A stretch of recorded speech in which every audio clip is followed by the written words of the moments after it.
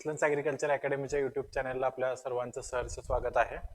आपण cotton corporation of इंडियाची exam जी आहे कमर्शियल ज्युनियर एक्झिक्युटिव्ह, तर त्याचा ॲग्रिकल्चरचा जो सिलेबस आहे तर त्यातील मॅक्झिमम सिलेबस आपण कव्हर करण्याचा प्रयत्न करतो. या आपण व्हिडिओमध्ये बीड मॅनेजमेंट हा टॉपिक बघतोय. आता बीड मॅनेजमेंट हा टॉपिक तसा खूप मोठा आहे. आता आपल्याला राहिलेला असलेला वेळ आणि आपल्याला एक रिव्हिजन टाइप मध्ये घ्यायचं आहे, त्या दृष्टीनं जेवढं exam point of view important आहे तेवढंच मी इथं घेतोय. ओके, सो स्टार्ट करूया. पहिलं वीड्स म्हणजे काय, सगळ्यांना माहित आहे, डिग्रीमध्ये बऱ्याचदा आपण बघितलेलं आहे, unwanted plant at unwanted place वगैरे वगैरे. So these are the plants that are unwanted in a given situation. आता ते हार्मफुल असू शकतील, डेंजरस असू शकतील, हेल्थ हॅझार्ड्स असू शकतील किंवा इकॉनॉमिकली डेट्रिमेंटल असतील, म्हणजे मेन क्रॉपचं इल्ड हे कमी करतात. सो शॉर्ट मध्ये a plant in a wrong place, तर आपण वीड म्हणतो. आता वीड एवढं महत्वाचं का आहे आपल्या ऍग्रिकल्चरच्या दृष्टीनं, तर ऍग्रिकल्चर मध्ये जो काय प्रोड्यूसचा जो लॉस आहे, ऍग्रिकल्चर प्रोड्यूसचा जो लॉस आहे त्यातला सगळ्यात मेजर फॅक्टरचा जो आहे लॉसचा, तो वीड मुळे होतो. सो जवळजवळ 45% म्हणजे एक 100 जर आपण लॉस धरला ऍग्रिकल्चर प्रोड्यूसचा, त्यातला जवळजवळ निम्मा लॉस आहे हा फक्त वीड मुळे होत असतो. त्यांचा सेकंड मेजर फॅक्टर आहे इन्सेक्ट, त्यानंतर येतो डिसीज आणि सगळ्यात लास्ट येतं अदर फॅक्टर्स, म्हणजे काही अॅनिमल्स असतील जे प्लांट्स खात असतील किंवा डॅमेज करत असतील, असं 5% पर्यंत आहे. मेजर जो फॅक्टर आहे वीड आहे, कारण वीड हे मेन प्लांटची प्रत्येक गोष्टीसाठी, मग लाईट असेल, न्यूट्रिएंट असेल, वॉटर असेल, ह्या प्रत्येक गोष्टीसाठी कॉम्पिटिशन करतं. त्यामुळे मेन ऍग्रिकल्चर क्रॉपची जी ग्रोथ आहे ती अफेक्ट होते. ओके, सो त्या कंटेक्स्ट मध्ये बघा वीड हे महत्वाचं आहे. आता वीड कंट्रोल करायला डिफिकल्ट का आहे, किंवा वीडच्या अशा कुठल्या प्रॉपर्टीज आहेत ज्याच्यामुळे वीड कंट्रोल करणं डिफिकल्ट आहे, किंवा वीड हे ऍग्रिकल्चर क्रॉप पेक्षा जास्त डॉमिनंट पोझिशन मध्ये आहे. ओके, सो पहिलं कॅरेक्टरिस्टिक्स आहे की सीड प्रोडक्शन प्रचंड प्रमाणात होतं, जसं अमॅरंथ वगैरे आहे. तर एक प्लांट काही ठिकाणी थाउजंड तर काही ठिकाणी लाखाच्या मल्टिप्लिकेशन मध्ये सीड्स प्रोड्यूस करते, म्हणजे एक प्लांट एवढं सीड प्रोड्यूस करते. तर ते एक कारण आहे प्लोरिफिक सीड प्रोडक्शन. दुसरं आहे resistant and persistent to control, म्हणजे काही वीड्स आहेत ते सगळ्या क्लायमॅटिक कंडिशन्सला रेजिस्टंट आहेत, टॉलरेट करतात, त्यामुळं कंट्रोल करणं अवघड आहे. दुसरं, सीडची जी डॉर्मन्सी असते ती खूप लॉंग पिरियडची असते. जसे काही एक्झाम्पल दिलेले आहेत, नेल्युबियम स्पेसिस जी आहे त्याची सीडची डॉर्मन्सी जी आहे ती 20 वर्षाची आहे, किंवा चिनोपोडियम स्पेसिसची 30 ते 40 वर्षाची आहे. म्हणजे एखादं सीड 30 ते 40 वर्ष जमिनीखाली किंवा अनफेवरेबल कंडिशन खाली व्हायबल राहू शकतं. त्याला ज्यावेळी फेवरेबल कंडिशन्स मिळतील ते पुन्हा उगवेल. सो ही एक प्रॉपर्टी आहे. त्यानंतर बघा, रूट सिस्टीम काहींचे खूप डीप असतात, त्यामुळं ऍडव्हर्स वॉटर स्ट्रेस कंडिशन मध्ये सुद्धा ते सर्वाइव्ह करू शकतात. त्यानंतर सीड बरोबर बरेचसे वीड जे आहेत ते व्हेजिटेटिव्ह मेथडने सुद्धा प्रोपॉगेट करतात. ओके, त्यानंतर आपण क्लायमॅटिक कंडिशन आणि सॉइल कंडिशन बघितलं.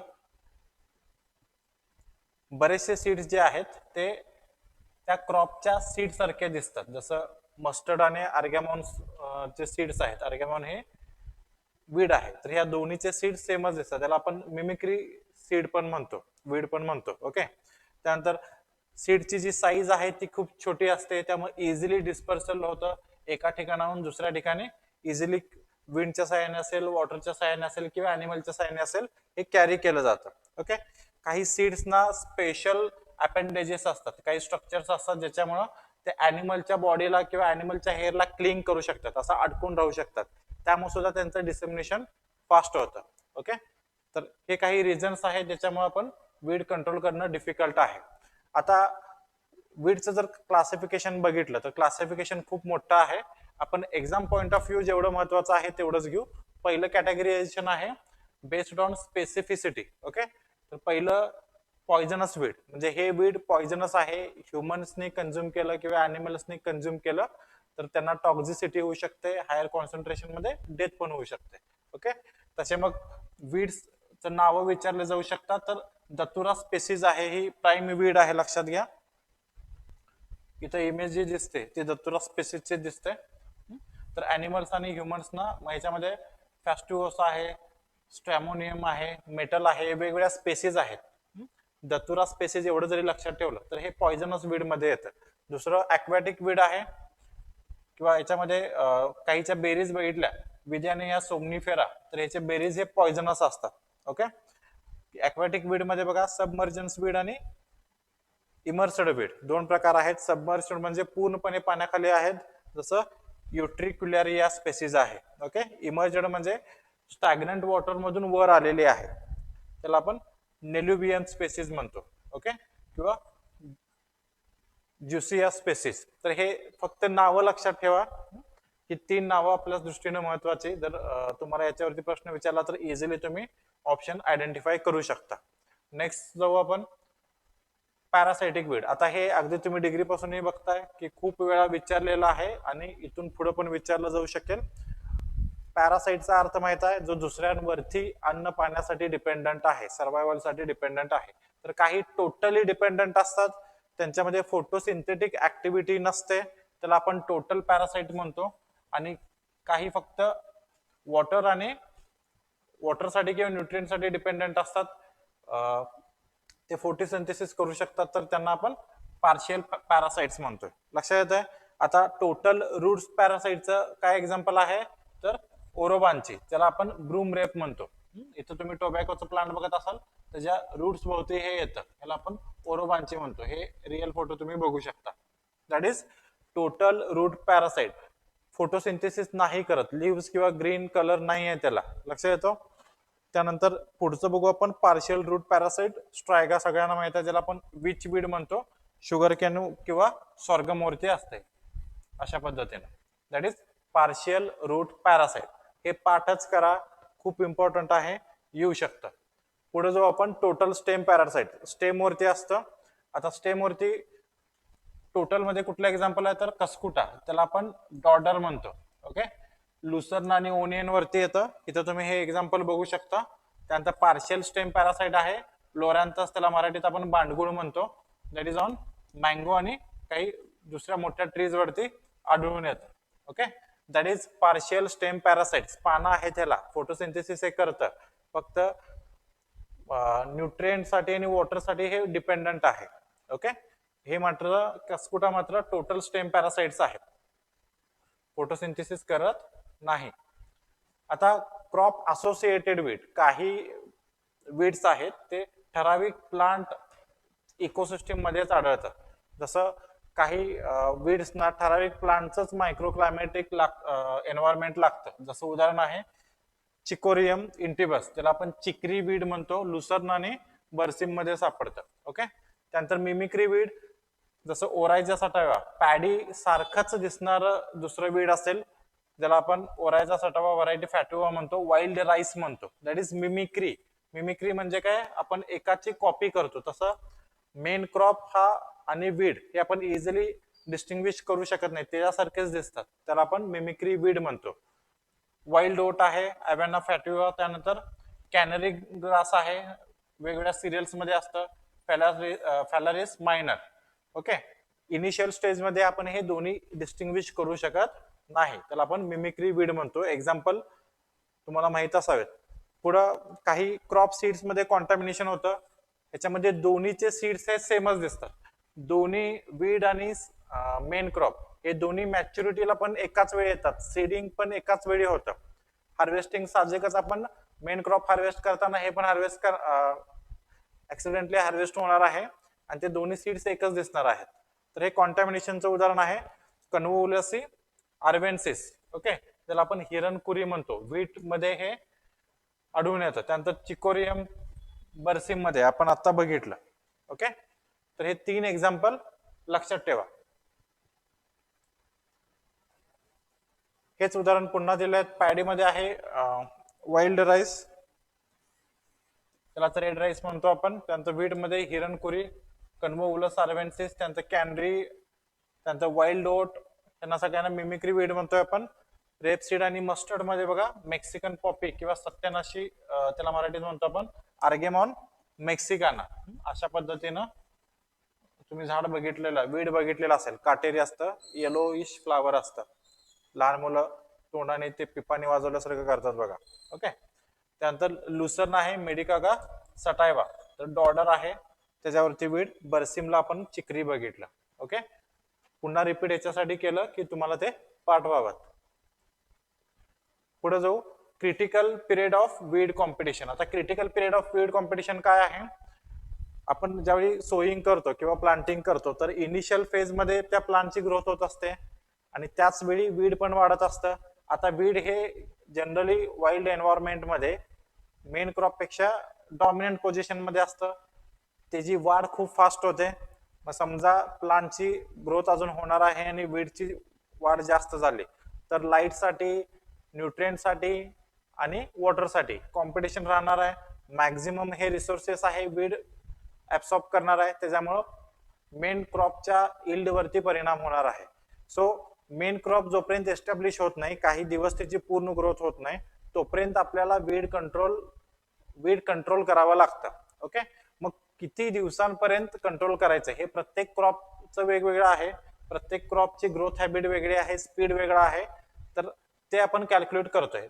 दिस is the shortest time span during crop growth when weeding is done which results in to maximum returns. लक्षात आलं? तर किती दिवसांपर्यंत आपल्याला जास्त काळजी घ्यावी लागते तोपर्यंत आपल्याला विडिंग ऑपरेशन कंपल्सरी करावं लागतं. त्यानंतर काय होणार आहे?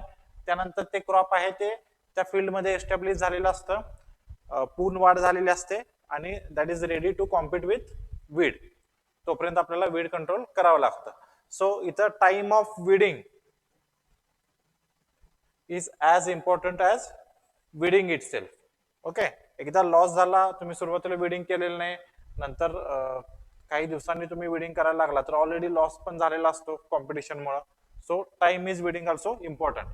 लो लँड पॅडीमध्ये बघा, जिथं आपण पडलिंग ऑपरेशन करून पाण्यामध्ये राईस घेतो तर 35 डेज पर्यंत आपल्याला क्रिटिकल पिरियड आहे, तोपर्यंत आपल्याला वीड कंट्रोल करावं लागतं. आता पडलिंग मध्ये वीड इन्फेस्टेशन खूपच कमी असतं, कारण पडलिंग ऑपरेशन्स मध्ये सगळे वीड क्रश केलेले असतात. ओके. किंवा वॉटर लॉक्ड कंडिशन असते, पण काही अक्वॅटिक वीड असू शकतात.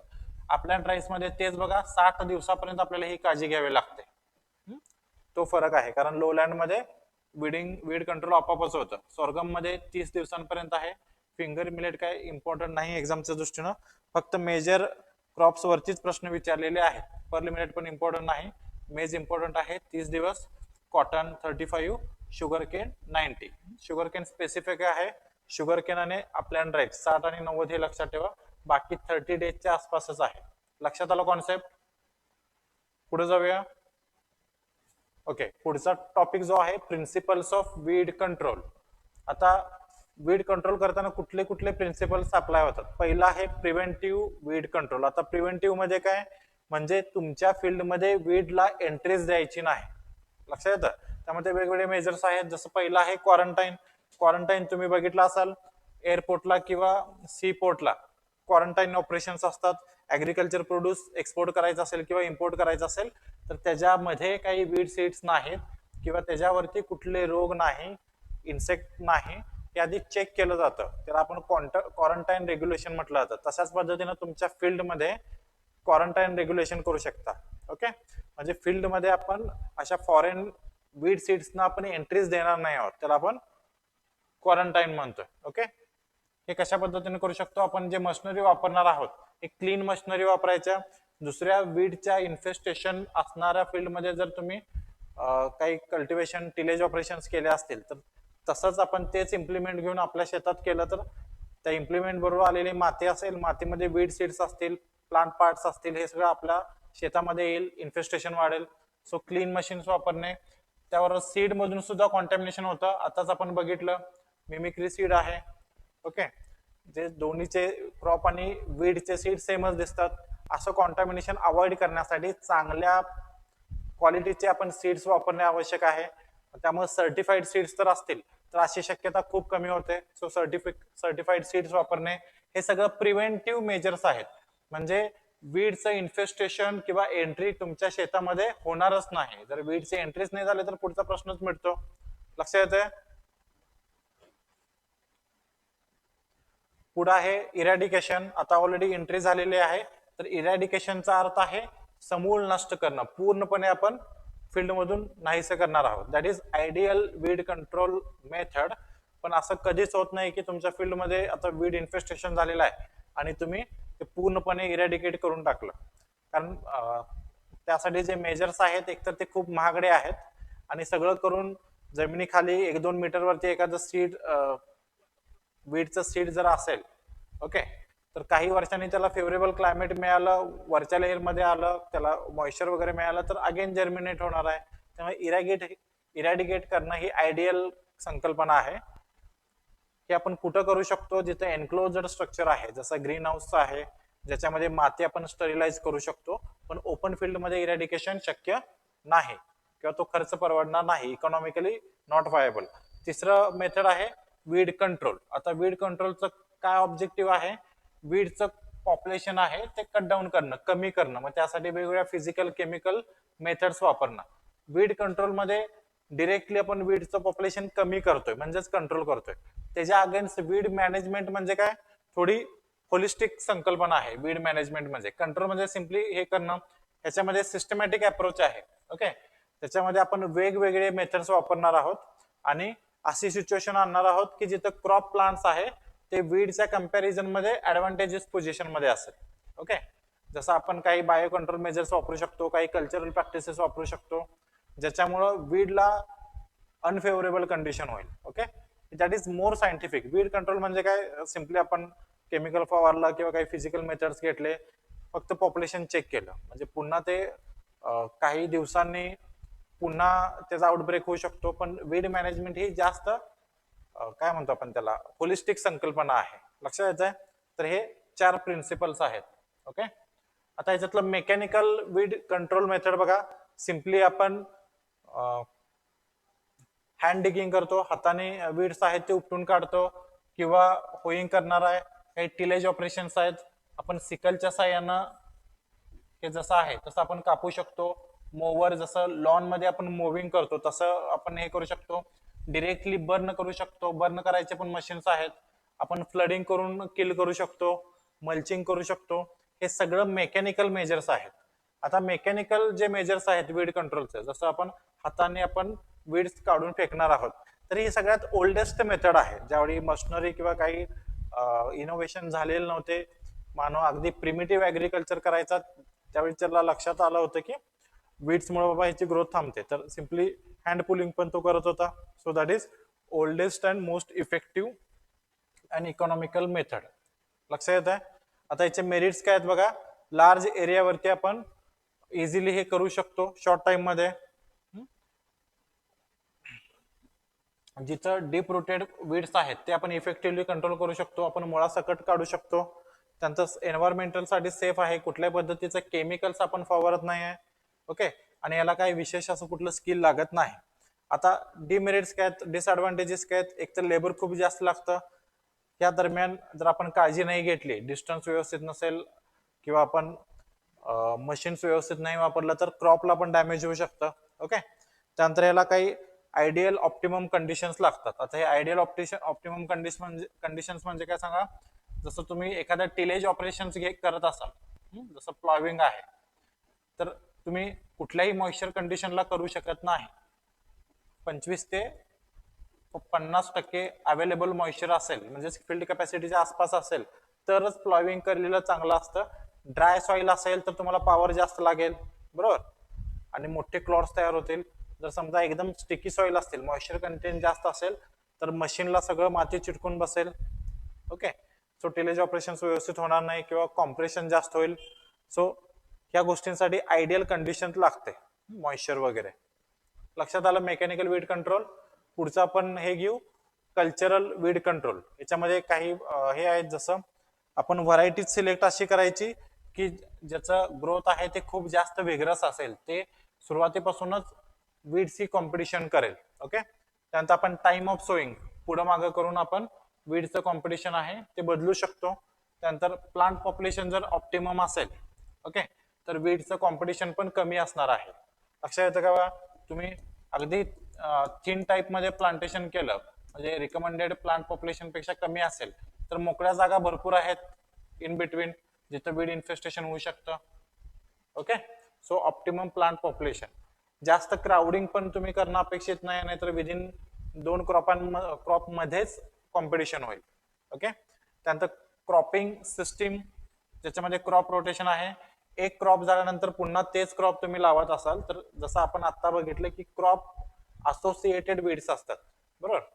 जसं आता वाईल्ड ओट आहे ते व्हीट बरोबर असेल, किंवा वाईल्ड राईस आहे ते राईस प्लांट बरोबर असेल. तुम्ही राईस नंतर राईसच लावत असाल तर हे वाईल्ड राईस आहे ते जास्त डॉमिनंट होतं. ह्याच्या अगेन्स्ट तुम्ही जर क्रॉप रोटेट करत असाल तर क्रॉप असोसिएटेड जे वीड्स आहेत त्यांचा डॉमिनन्स राहत नाही, कारण नेक्स्ट क्रॉप आपण रोटेट ज्या क्रॉपनं करू त्या क्रॉपच्या एन्व्हायरमेंटमध्ये हे वीड कदाचित त्याला फेवरेबल कंडिशन नसणार आहे, त्यामुळे एवढी ग्रोथ होणार नाही. सो क्रॉप रोटेट करणं महत्वाचं आहे. समर टिलेज, उन्हाळ्यामध्ये बघा बऱ्याचशा ठिकाणी नांगरणी केली जाते. जे काही वीड सीड्स आहेत ते मुळासकट वरती येतात. मुळं जे आहेत किंवा प्लांट पार्ट्स आहेत ते हार्श सनलाइटला एक्सपोज होतात, ड्राय होऊन किल केलं जातं. तर सगळ्या प्लांट प्रोपॅग्युल्स असतील किंवा सीड्स असतील हे उन्हामुळं मरून जातात, किल होतं. ओके. त्यानंतर मल्चिंग आहे, सोलरायझेशन आहे. सोलरायझेशन मध्ये काय केलं जातं, मल्चिंग करून सूर्यप्रकाश जो आहे तो सगळं मल्चिंग मधून आत येईल आणि जमीन तापेल, पण तो रेडिएशन आहे ते बाहेर नाही जाणार, ग्रीन हाऊस सारखं. त्यानंतर क्लिनिनेस, फार्म आपण क्लीन ठेवू शकतो. त्यानंतर फर्टिलायझर ऍप्लिकेशन, इरिगेशन अशा पद्धतीने आपण देऊ शकतो की ज्याच्यामुळं क्रॉपची ग्रोथ आहे ती जास्त चांगल्या पद्धतीने होईल. जसं समजा प्लांटेशन क्रॉप असेल तर आपण फ्लडिंग इरिगेशन देण्यापेक्षा ड्रिपने झाडाच्या जवळच फक्त इरिगेशन दिलं तर बाकीच्या जे काय एरिया आहे ते ड्रायच राहील, त्यामुळे तिथं वीड इन्फेस्टेशन होणारच नाही. लक्ष येतं. तशाच पद्धतीनं फर्टिलायझर सुद्धा आपण झाडांच्या मुळाशी दिलं तर वीडला फर्टिलायझर्स मिळणार नाही, त्या अगेन्स्ट क्रॉपला मिळेल, त्यामुळे त्यांची ग्रोथ चांगली होईल. पुढचं केमिकल कंट्रोल आहे. एक्झाम मध्ये याच्यावरती प्रश्न जास्त विचारले जातात. आता हर्बिसाइड्स म्हणजे काय, these are the chemicals capable of killing or inhibiting the growth of plants. Okay. जे कुठल्याही प्लांटला किंवा हर्बिसाइड्सला डायरेक्टली किल करतात. तर याच्यामध्ये पॅराक्वॅट जो आहे तर ते पहिलं वेडीसाइड आहे किंवा हर्बिसाइड्स आहे जे इंडियामध्ये वापरलं गेलं. आता मॅक्झिमम यूज जो आहे हर्बिसाइड्सचा हा कुठे केला जातो, टी आणि कॉफी प्लांटेशन मध्ये. तिथंच का केला जातो, कारण तिथं आपण बाकीच्या कुठल्या मेथड्स वापरू नाही शकत, त्यामुळे हर्बिसाइड्स वापरणं हे कॉमन आहे. सगळ्यात जास्त क्रॉप वाईज यूज बघितलं आपण तर त्यामध्ये आहे, टी आणि कॉफी मध्ये आहे. ओके. आता काही विडीसाइड्सचं तुम्हाला लॉंग फॉर्म विचारू शकतात हर्बिसाइड्सचं. पहिलं आहे सगळ्यात महत्वाचं 2,4-D.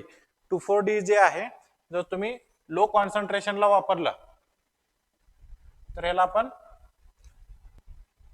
प्लांट हार्मोन किंवा प्लांट ग्रोथ रेग्युलेटर म्हणतो आपण. ओके. पीजीआर म्हणतो किंवा प्लांट हार्मोन म्हणतो. ते जर हायर कॉन्सन्ट्रेशन मध्ये वापरलं तर ते हर्बिसाइड्सचं काम करतं. सो त्याचं लॉंग फॉर्म काय, 2,4-Dचं 2,4-डायक्लोरोफिनॉक्झी ऍसिडिक ऍसिड. 2,4-DB आहे two four dichlorophenoxy butyric acid. 2,4,5-T two four five trichlorophenoxy acidic acid. Okay. आणि लास्ट आहे TCA ट्रायक्लोरो ऍसिडिक ऍसिड. हे लक्षात ठेवा, विचारलं जाऊ शकेल. सगळ्यात महत्वाचं 2,4-D.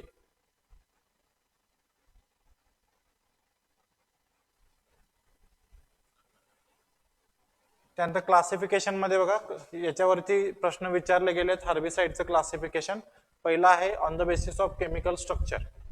इनऑर्गॅनिक, ऑर्गॅनिक दोन्ही मधला बेसिक फरक काय केमिस्ट्रीचा, ज्या कंपाऊंड मध्ये कार्बन असतो त्याला आपण ऑर्गॅनिक म्हणतो, ज्याच्यामध्ये नसतो त्याला आपण इनऑर्गॅनिक म्हणतो. जसं वॉटर हे काय आहे सांगता येईल, वॉटर हे इनऑर्गॅनिक आहे, H2O, ह्याच्यामध्ये कार्बन कुठेच नाही आहे. कार्बोहायड्रेट C6H12O6 म्हणतो आपण त्याला, कार्बोहायड्रेटला कार्बन आहे त्यामध्ये, that is organic source. Okay. So inorganic मध्ये बघा एक्झाम्पल काय काय, पहिला आहे बोरॅक्स, त्यानंतर कॉपर सल्फेट. ऑर्गॅनिक मध्ये पॅराक्वॅट, ग्लायफॉसेट. याच्यावरती प्रश्न नाही विचारले. मोड ऑफ ऍक्शन वरती खूप वेळा विचारलं जातं. सिस्टमॅटिक किंवा सिलेक्टिव्ह हर्बिसाइड. आता सिलेक्टिव्ह हर्बिसाइड्स म्हणजे काय, टार्गेटेड वीड्स किल केला जातो. ओके. म्हणजे तुम्ही फवारल्यानंतर जेवढं ग्रीन मॅटर आहे ते सगळं किल केलं जाणार नाही, एखादं पर्टिक्युलर वीड किल केलं जाईल. ओके, जसं 2,4-D आहे, सायमॅझिन आहे, अट्राझिन आहे, त्यानंतर ब्युटॅक्लोर, आयसोप्रोट्युरॉन, पेंडिमिथालिन आणि फ्लुक्लोरालिन.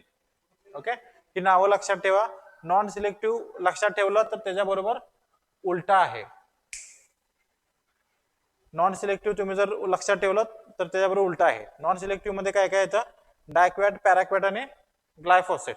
ओके, हे 3 नावं लक्षात ठेवा. हे 3 सोडून बाकीची केलं की बाकीची सिलेक्टिव्ह आहेत. ओके, लक्षात ठेवणं सोपं आहे.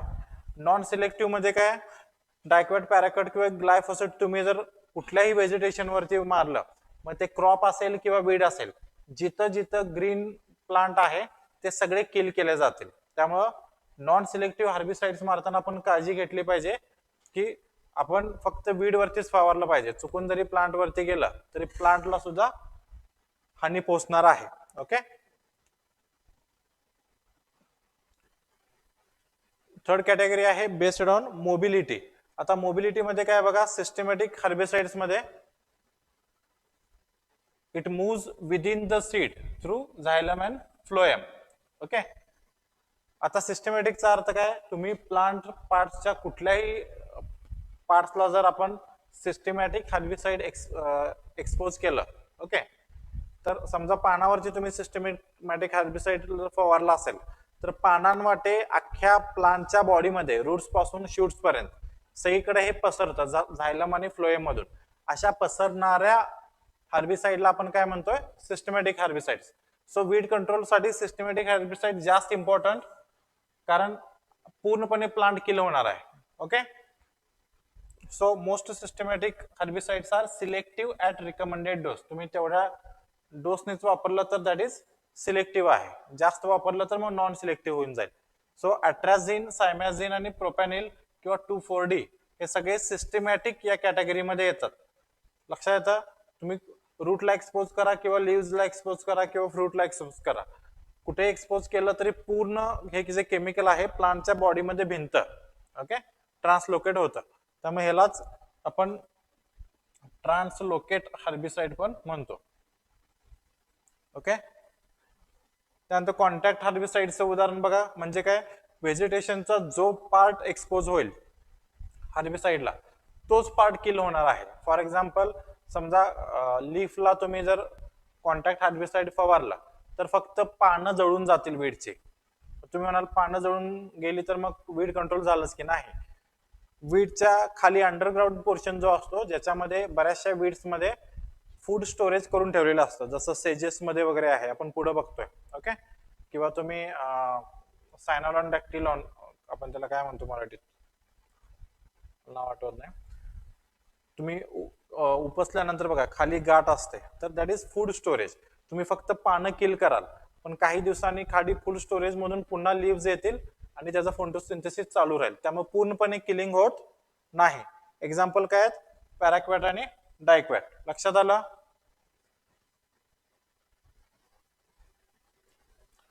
त्यानंतर येतं प्री प्लांट ऍप्लिकेशन. याच्यावरती क्वेश्चन एकदा विचारला गेलेला आहे. प्री प्लांट म्हणजे काय? फील्डमध्ये क्रॉप लावायच्या आधी हे आपण अप्लाय करायचं आहे. ओके, सो फ्लुक्लोरालिन, अलॅक्लोर आणि ग्लायफोसेट. त्यानंतर प्री इमर्जन्स, आता आपण प्लांटिंग केलेलं आहे, ओके, पण वीडचं अजून इमर्जन्स झालेलं नाही, पण क्रॉपचं इमर्जन्स झालेलं आहे, जर्मिनेशन होऊन क्रॉप जमिनीतून वरती आलेला आहे, बाहेर आलेला आहे, अशा केसमध्ये म्हणजेच pre emergence. Okay, pre emergence म्हणजे वीडची रिलेशन मध्ये आपण बोलतोय. प्लांट क्रॉप ऑलरेडी इमर्ज झालेला आहे, तर ह्याच्यामध्ये सिलेक्टिव्ह हार्बिसाइड्स आपण वापरू शकतो. ओके, अट्राझिन, पेंडिमिथालिन, ब्लूक्लोरालिन आणि सायमॅझिन. त्यानंतर पोस्ट इमर्जन्स मध्ये काय काय येतं बघा, याच्यामध्ये ऑलरेडी क्रॉप पण आहे फील्डमध्ये आणि आता वीड पण आहे, दोन्ही आहेत. तर अशा केसमध्ये 2,4-D, ग्लायफोसेट, पॅराक्वॅट आणि 2,4,5-T वापरू शकतो. याच्यामध्ये बघा ग्लायफोसेट कॉमन आहे, पोस्ट इमर्जन्स पण आहे आणि प्री प्लांट ऍप्लिकेशन पण आहे. ओके, हे आपल्याला पाठच करावं लागेल. नेक्स्ट आहे based on method of application. आपण कुठे अप्लाय करू शकतो? काही फॉलेज असतील, जसं ग्लायफॉसेट आहे, काही आपण सॉइल अप्लाय करू शकतो, त्यानंतर काही ॲक्वॅटिक पाण्यातून पण देऊ शकतो. कॉपर सल्फेट असेल, 2,4-D असेल. ओके. आता बऱ्याच वेळा हर्बिसाइड्सचे ट्रेड नेम विचारले जातात. केमिकल नेम वेगळा असेल आणि बाजारात आपण ट्रेड नेमनी ते विकत घेतो, तर ते विचारलं जाऊ शकेल. जे जे महत्वाचं आहे तेवढंच मी तुम्हाला सांगतो. अलॅक्लोरचं लासो आणि क्रॉपस्टार हे लक्षात ठेवा. बीटाक्लोरचं मॅचेट, लॅम्ब्लास्ट लक्षात ठेवा. अट्राझिनचा अट्रॅक्स लक्षात राहील, नावातच आहे. अट्राट्रॅप पण लक्षात राहील, फक्त कॉन्क्वेस्ट लक्षात ठेवायला लागेल. डिकांबा, बानवेल, त्यानंतर आयसोप्रोटोरॉन, रोनक, फ्लुक्लोरॅलिनचं बॅसालिन हे महत्वाचं आहे. त्यानंतर पॅराक्वॅट सगळ्यात आधी इंट्रोड्यूस झालेला आहे, त्यामुळे महत्वाचं. सो ग्रॅमॅक्झॉन, विडॉल आणि सायक्लॉन. ओके. याच्यामध्ये ऑन, ऑल असं कॉमन आहे, हे एक लक्षात ठेवू शकता तशा पद्धतीनं. त्यानंतर पेंडिमिथालिन स्टाम्प आहे. ग्लायफॉसेटला सगळ्यात महत्वाचं राऊंडअप नाव खूप ठिकाणी वापरलं जातं. त्यानंतर रेंजर आणि अकॉर्ड सेकंड नाव आहेत, पण राऊंडअप लक्षातच ठेवा. ओके. किंवा ग्लायसिल असेल तर काय ग्लायफॉसेट सिमिलर आहे, लक्षात राहील तुम्हाला. त्यानंतर 2,4-D महत्वाचं, विडॉन आणि प्लांट गार्ड. ओके. त्यानंतर डायुरॉन, कार्मेक्स, त्यानंतर नायट्रोफेन, टोक हे महत्वाचं.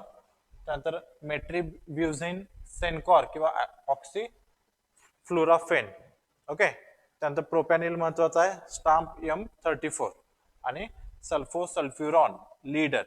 हे थोडं टिपिकल आहे, लक्षात ठेवू शकता. सर सगळंच लक्षात राहणार नाही, पाठ होणार नाही, मान्य आहे, पण तुम्ही रिवाइज केलं 4-5दा. पाठ जरी नसेल तरी तुम्ही ऑप्शन बघून क्लिक करू शकता. ओके. एक्झॅक्टली आठवत नसेल पण वाचल्या वाचल्या तुम्हाला पहिल्यांदा जे क्लिक होईल की हे ऑप्शन आहे, मोस्टली तोच ऑप्शन असतो. ठीक आहे, लक्षात आलं. हे एक्झामच्या दृष्टीनं खूप जास्त महत्वाचं आहे. पुढे आपण जाऊ काही मिसलेनियस मध्ये. बघा, ग्लायफॉसेट आपण आता बघितलं नॉन सिलेक्टिव्ह आहे. ग्लायफॉसेट खूप वेळा न्यूज मध्ये असतं, तुम्ही ऑब्झर्व केलं असेल.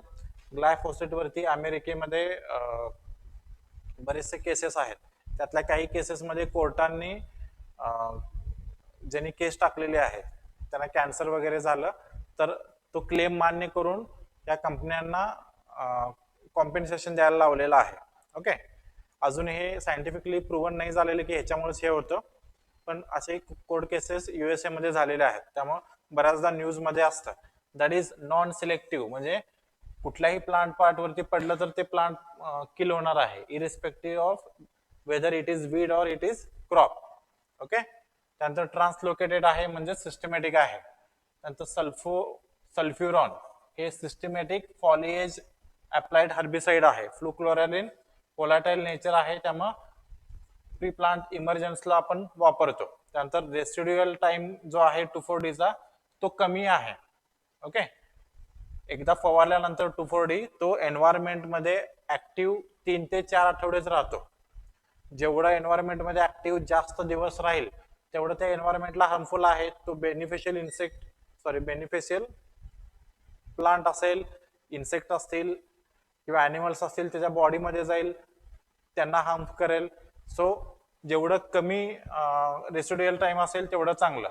त्याच्या अगेन्स्ट बघा ट्रायाझिन जे ग्रुप आहे त्याचं 1 to 2 इयर्स पर्यंत राहतं, तर हे अपेक्षित नाही एन्व्हायरमेंटच्या दृष्टीनं. आता national research centre for weed कुठं आहे? जबलपूरला आहे. तुम्ही जर मागचे PYQ चे क्वेश्चन पेपर काढले तर बरेचसे क्वेश्चन्स हे जे काही इन्स्टिट्यूशन्स आहेत ऍग्रिकल्चर रिसर्च तर याच्यावरती विचारलेले आहेत. त्यामध्ये पाठच करून जा. म्हणजे मागचे 23चा क्वेश्चन पेपर काढला तर 4 ते 5 क्वेश्चन फक्त इन्स्टिट्यूशन्स वरती आहेत. ओके. सो वीडचं नॅशनल रिसर्च सेंटर NRC कुठं आहे? जबलपूरला आहे. त्याच्यामध्ये 2 कॉन्सेप्ट येतात पुन्हा हर्बिसाइड्स मध्ये. एक आहे ऍक्टिव्ह इनग्रेडियंट आणि दुसरा आहे ऍसिड इक्विव्हॅलंट. आता ऍक्टिव्ह इनग्रेडियंट म्हणजे काय? म्हणजे एखाद्या हर्बिसाइड मध्ये ऍक्च्युली कुठला केमिकल कंपाऊंड असतो ज्याच्यामुळे वीड किल केलं जातं, त्याला ऍक्टिव्ह इनग्रेडियंट म्हणायचं. Okay. So chemical in commercial product that is directly responsible for herbicidal activity. लक्षात आलं? ऍक्च्युली कुठल्या केमिकल कंपाऊंडमुळे हर्बिसाइड्स मध्ये बरेचसे केमिकल्स एकत्र केले जातात. काही फिलर टाइप मध्ये काम करतात, न्यूट्रल असतात आणि ऍक्च्युली ऍक्टिव्ह इन्ग्रेडियंट हा कमी प्रमाणात असतो, ज्याच्यामुळं वीड किल होणार आहे. दुसरा कॉन्सेप्ट आहे acid equivalent. The theoretical yield of parent acid from such a herbicidal formulation is called as acid equivalent. म्हणजे एखादं हर्बिसाइडल फॉर्म्युलेशन, हर्बिसाइड्स एक बेंचमार्क धरतो आपण, त्याच्या अगेन्स्ट किती ऍसिडिटी प्रोड्यूस करतं हे मोजलं जातं, that is acid equivalent. Okay, फक्त कॉन्सेप्ट म्हणून लक्षात ठेवा, हे हर्बिसाइडशी रिलेटेड आहेत. पुढे आपण जाऊ. One of the most widely used जर हर्बिसाइड बघितलं आपण तर ते 2,4-D आहे. असा पण क्वेश्चन विचारला जाऊ शकतो की खालीलपैकी कोणतं herbicide, which of the following herbicide is also used as growth hormone किंवा plant growth regulator. So low कॉन्सन्ट्रेशनला हे पीजीआर म्हणून पण काम करतं. आता 2,4-Dचं वैशिष्ट्य, कॅरेक्टरिस्टिक्स असं आहे, ते फक्त ब्रॉड लीफ प्लांट्स आहेत किंवा वीड्स आहेत तेच किल केलं जातं. नॅरो लिव्स ज्याला आपण सिरियल्स ग्रॅमिनी फॅमिलीतले म्हणतो ते किल होत नाहीत. सो तुम्हाला ब्रॉड लीफ वीड्स जर कंट्रोल करायचे असतील तर तुम्ही विंदास 2,4-D किल वापरू शकता, प्रोव्हाइडेड दॅट तुमचं जे मेन क्रॉप आहे ते नॅरो लिफचं असलं पाहिजे. ओके, लो कॉस्ट आहे त्यामुळे खूप वाईडली वापरलं जातं. ट्रायझिनचं तुम्हाला मी सांगितलं की काही वीक्स पर्यंत, काही तर इयर पर्यंत राहतात active. So not desirable character, atrazine हे एक्झाम्पल आहे ट्रायझिन मधलं. हे झिन जिथं असेल ते सगळं एकाच कॅटेगरीतलं झालं. आता ग्लायफोसेट तुम्हाला सांगितलं, ट्रेड नेम जे आहे दॅट इज राऊंडअप. 1974ला आपण आणलं आणि नॉन सिलेक्टिव्ह आहे आपण बघितलं. हे सगळ्यात वाईडली युज्ड विडीसाइड आहे ग्लायफोसेट. ओके, आता याच्यामध्ये एक स्मूदरिंग इफेक्ट नावाचा कॉन्सेप्ट आहे. स्मूदरिंग इफेक्ट म्हणजे काय, काउपी सारखे काही प्लांट्स आहेत ते वीड पेक्षा फास्ट वाढतात आणि त्यांची ग्रोथ आहे ती लॅटरल असते, पसरतात. आता पसरल्यानंतर जर समजा जमिनीपर्यंत जर सनलाइटच नाही पोहोचलं तर वीडच्या सीडचं जर्मिनेशन होणार नाही, त्यामुळे वीडची ग्रोथ होणार नाही. त्याला आपण स्मूदरिंग इफेक्ट म्हणतो, दाबून ठेवणं. ओके, सो काउपी जे आहे ते वीड मध्ये स्मूदरिंग इफेक्टचं काम करतं. लक्षात आलं? मोस्टली सगळेच पल्सेस करतात पण काउपी त्यामध्ये सगळ्यात डॉमिनंट आहे. पुढं बायोलॉजिकल कंट्रोल ऑफ वीड वरती क्वेश्चन्स विचारले जाऊ शकतात. पहिलं आहे लॅन्टना कॅमेरा. ओके, ज्याला आपण घाणेरी म्हणतो. तर त्याच्यावरती आता बायो एजंट काय आहे, सो क्रोसिडोसोमा लॅन्टना, ते फ्लावर आणि सीड वरती फीड करतात. त्यानंतर लॅन्टना बग आहे टेलिओनिमा स्क्रुपुलोसा. ओके, तर हे दोन आपण लॅन्टेना कॅमेरा ज्याला आपण घनेरी म्हणतो. मोस्टली आपण श्रीलंकेमधून लॅन्टेना कॅमेरा जो आहे आपण ऑर्नामेंटल प्लांट म्हणून इंट्रोड्यूस केलं, नंतर ते वीड म्हणून पसरलं. ओके, पुढे आपण इमेज बघू. त्यानंतर प्रिकली पियर ज्याला आपण कॅक्टस म्हणतो, ऑपनशिया स्पेसिस, डॅक्टिलोपियस इंडिकस किंवा डॅक्टिलोपियस टोमेंटोसस हे इंडियामध्ये वापरलं जातं. पण ऑस्ट्रेलियामध्ये बघा कॅक्टोब्लास्टिस कॅक्टोरम किंवा कोचिनिल स्केल इन्सेक्ट वापरला जातो. इमेज मध्ये तुम्हाला मी दाखवतो. त्यानंतर कस्कुटा स्पेसिस आहे that is controlled by Melanagromyza cuscutae insect. Okay, हे पार्टच पाहिजे. Water fern Salvinia, Cyrtobagous salviniae. त्यानंतर काँग्रेस ग्रास ज्याला आपण पार्थिनियम हिस्टोरोफोरस म्हणतो, सगळ्यांना माहित आहे. एक लीफ फिडिंग बीटल आहे झायग्रोगोमा बायकोलेराटा, त्याकडून कंट्रोल केलं जातं. Water hyacinth Eichhornia crassipes that is controlled by Neochetina eichhorniae. Weevil आहे, इन्सेक्ट आहे. ओके, हे पार्टच करा, त्याला पर्याय नाही. मोस्ट इम्पॉर्टंट हे लॅन्टेना कॅमेरा घनेरी म्हटलं. ओके, हे विविल आहे. त्यानंतर हे कॅक्टस वरती बघा आडी आहे, असा रोग पण होतात दॅट इज झायग्रोग्रामा बायकॉलरेटा. तुम्ही काँग्रेसचं गवत बघत असाल, त्याचे हे असे फ्रुटिंग बॉडी आणि लिव्ज खाते. ओके, त्यानंतर ॲक्वॅटिक वीड मध्ये काही मासे आहेत, ग्रास कार्प वगैरे, ते वीड वरती जगतात, वीड खातात ते. ओके, त्यानंतर काही बायो हार्बिसाइड्स पण आपण वापरतो. आता व्हॉट इज बायो हार्बिसाइड्स? बायो हार्बिसाइड्स म्हणजे हे फंगल किंवा बॅक्टेरियल फॉर्म्युलेशन्स आहेत, मोस्टली फंगल आहेत, कारण याच्यामध्ये फंगस मध्ये जास्त रिसर्च झाला. So that is bio herbicide, म्हणजे फंगल सस्पेन्शन आपण वापरतो. जसं आता कुठलं बायो हार्बिसाइड कशा अगेन्स्ट वापरतात एवढं डीप मध्ये विचारलं जाणार नाही, पण असा प्रश्न असेल which of the following are not bio herbicide or bio herbicide, आहे किंवा नाही खाली कोणतं असं विचारलं जाईल. त्यामुळे फक्त नावं लक्षात ठेवा, डिवाइन, कोलॅगो, बायपोलॅरिस, त्यानंतर बायोफॉस आणि ट्रायफॉस. कशासाठी वापरतात हे काय एवढं विचारलं जाणार नाही. हे सगळे काय आहेत तर बायो हार्बिसाइड, फंगल सस्पेन्शन्स आहेत. म्हणजे फंगल आपण ज्यावेळी ते स्प्रे करू त्या झाडाला फंगल डिसीज होणार, झाडाला म्हणण्यापेक्षा वीडला, आणि ते वीड किल केलं जाणार. ओके, आता प्रिव्हियस इयरचे क्वेश्चन बघू, याच्यावरती काय काय आलेले आहेत. पहिला आहे photosynthetic pathway is a critical factor to consider, particularly since many of the world's most problematic weeds are, world मधले मोस्टली जेवढे प्रॉब्लेमॅटिक वीड्स आहेत ते कुठल्या टाईपचे आहेत, C3 आहेत, C4 आहेत, कॅम्प प्लांट आहेत का C2 आहेत. आता याच्यामध्ये बघा बऱ्याचदा आपल्याला उत्तर माहित नसतं, तर आपण इलिमिनेशन मेथडने जाऊ शकतो. आता C3 C4 आपण ऐकलेलं आहे, C2 कुठं ऐकलेलं आहे का, नाही ऐकलेलं, त्यामुळे एक पर्याय डिलीट झाला. आणखीन एखादा पर्याय कुठला डिलीट होत असेल तर दोनच पर्याय राहतील आणि आपल्याला 50% चान्सेस राहतील. तर तशा पद्धतीने तुम्ही इलिमिनेशन मेथडने ट्राय करू शकता. सो आता एखादं प्रॉब्लेमॅटिक वीड आहे म्हणजे त्याची फोटोसिंथेटिक इफिशियन्सी जास्त आहे. C4 आणि C3 मध्ये कोण जास्त फोटोसिंथेटिकली इफिशियंट आहे तर C4 आहे. कमीत कमी CO2 कॉन्सन्ट्रेशनला, कमीत कमी वॉटरला चांगली ग्रोथ घडवून आणली जाते C4 मध्ये, बरोबर. सो प्रॉब्लेमॅटिक वीड्स आहेत ते एकतर C4 असतील किंवा त्याच्यापेक्षा जास्त इफिशियंट कॅम्प प्लांट्स असतील. पण कॅम्प प्लांटचे तुम्ही उदाहरणं बघत असाल, कॅक्टस आहे किंवा पायनॅपल वगैरे हे उदाहरणं आहेत. सो ते काय सगळेच वीड्स मध्ये येत नाहीत. सो आपण आन्सर जे आहे ते C4 आहे. लक्षात येतं, compare to C3 they are most photosynthetic efficiency, जास्त त्यांची हायर फोटोसिंथेटिक इफिशियन्सी आहे. ओके, सो हेच आहे comparison.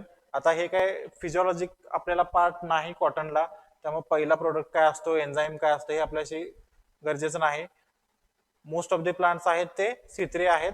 Tropical grasses, sugar cane, corn वगैरे C4 आहेत. आणि कॅम्प मध्ये सकुलंट जसं पायनॅपल, आगेव ज्याला आपण घायपात वगैरे म्हणतो, हे कॅम्प मध्ये येतात.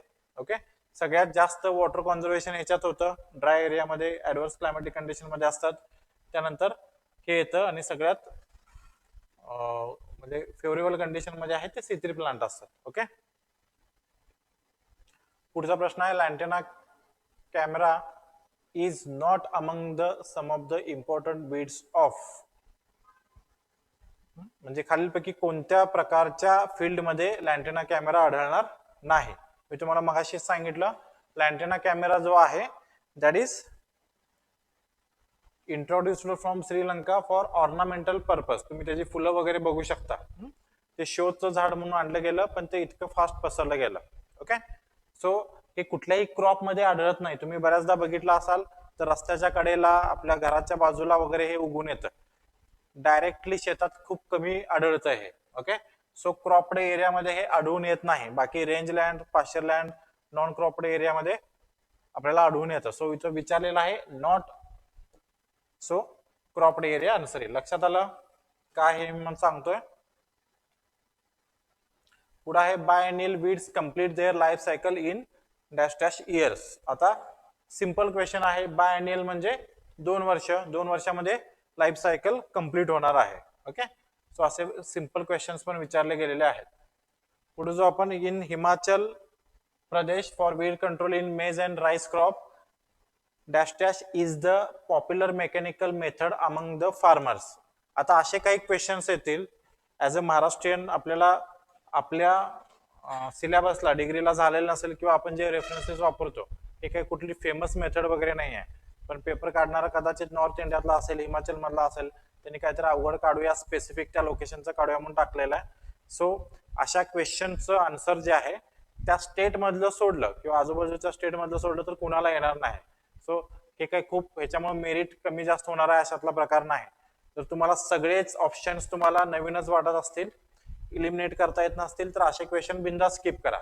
पण या क्वेश्चन मध्ये अगेन स्किप करायच्या आधी एकदा बघा की काय विचारलेलं आहे, पॉप्युलर मेकॅनिकल मेथड म्हटलेलं आहे. ओके, मग आता मेज आणि राईस मध्ये आपण शिफ्टिंग कल्टिवेशन आणि स्लॅश बर्न हे काय करू शकतो का? या दोन्हीचं मिनिंग एकच आहे. शिफ्टिंग कल्टिवेशन म्हणजे स्लॅश बर्न. याचा आणि मेकॅनिकल वीड कंट्रोलचा काही संबंध आहे का? नाही. सो राहिले दोन ऑप्शन. आता ह्याच्यापैकी तुम्ही काही जरी मारला तर एक 50% प्रोबॅबिलिटी आहे तुमचं उत्तर बरोबर येईल. मग अशा वेळी तुम्ही अटेम्प्ट घ्यायचा. ओके, चारही पर्याय तुम्हाला जर नवीनच वाटत असतील, काहीच लॉजिक लागत नसेल तर स्किप करा. लक्षात आलं? ह्याचं जे आन्सर आहे ते हॅलोड आहे. हे खूप काही फेमस मेथड वगैरे नाही. मी तुम्हाला सांगितलं एखादा प्रश्न अवघड टाकायचा म्हणून टाकलेला आहे. पुढं based on morphology weeds are not classified as. Okay, आता काय म्हटलेलं आहे? मॉर्फोलॉजी. मॉर्फोलॉजी म्हणजे काय? प्लांट. मॉर्फोलॉजी कशाला म्हणतो आपण? प्लांट कशा पद्धतीनं दिसतं. ओके, मग याच्यामध्ये काही प्लांटचे लिव्स ब्रॉड असतील तर त्याला आपण ब्रॉड लिव्ड वीड्स म्हणणार. काही ग्रास आहेत, काही सेजेस आहेत. तर हे मॉर्फोलॉजी आहे. हे वीडचं दिसण्याशी संबंधित क्लासिफिकेशन आहे. अॅन्युअल वीड हे मॉर्फोलॉजी आहे का? नाही. That is based on life cycle. किती वर्षात लाईफ सायकल कम्प्लीट होते, 1 का 2 का 3. बायनेल आता बघितलं 2 वर्षात होतं. सो याचा आन्सर येईल अॅन्युअल. त्यामुळे बघा बऱ्याचदा आपण नोट्स मध्ये तुम्हाला कुठं वाचनात नसेल, पण हे कॉन्सेप्च्युअल प्रश्न आहेत. थोडं शांत राहून विचार केला की मॉर्फोलॉजी म्हणजे काय असेल तर तुम्ही उत्तरापर्यंत जाऊ शकता. लक्षात आला? पुढे आपण जाऊ. म्हणजे हेच क्लासिफिकेशन मी परत इथं घेतलेलं आहे. Grasses morphology. ग्रास रिलेटेड जे वीड्स असतील ते सगळे पोयासी ग्रॅमिनी फॅमिलीचे आहेत. जसं सायनॉलॉन डॅक्टिलॉन आहे, नॅरो लिव्ज असतात. त्यानंतर सेजेस बघा सगळे सायप्रॅसी फॅमिलीचे आहेत. सायपरस रोटुंडस, बरोबर, ज्याला आपण लवाळा म्हणतो. सो दॅट इज त्याचं स्टेम वगैरे मॉडिफाईड केलेलं असेल किंवा ट्युबर्स असतील. अशा पद्धतीने लवाळ असतं आणि तुम्ही जर उपटून काढलं तर खाली बघा अशा पद्धतीने गाठ असते आणि मग त्याला लिव्ज असतात. इथं अन्न स्टोअर होत असतं. सायपरेसी फॅमिली. त्यानंतर ब्रॉड लिव्ड वीड्स जे डायकॉटिलोडॉन्स आहेत, त्यांची पानं साहजिकच मोठी असणार आहेत. जसं ट्रायडॅक्स प्रोक्युबन्स उदाहरण आहे. So this is based on morphology. पुढचा प्रश्न आहे, herbicide atrazine belongs to which category of herbicide? कुठल्या कॅटेगरीशी संबंधित आहे? आता आपण पाहिलं होतं.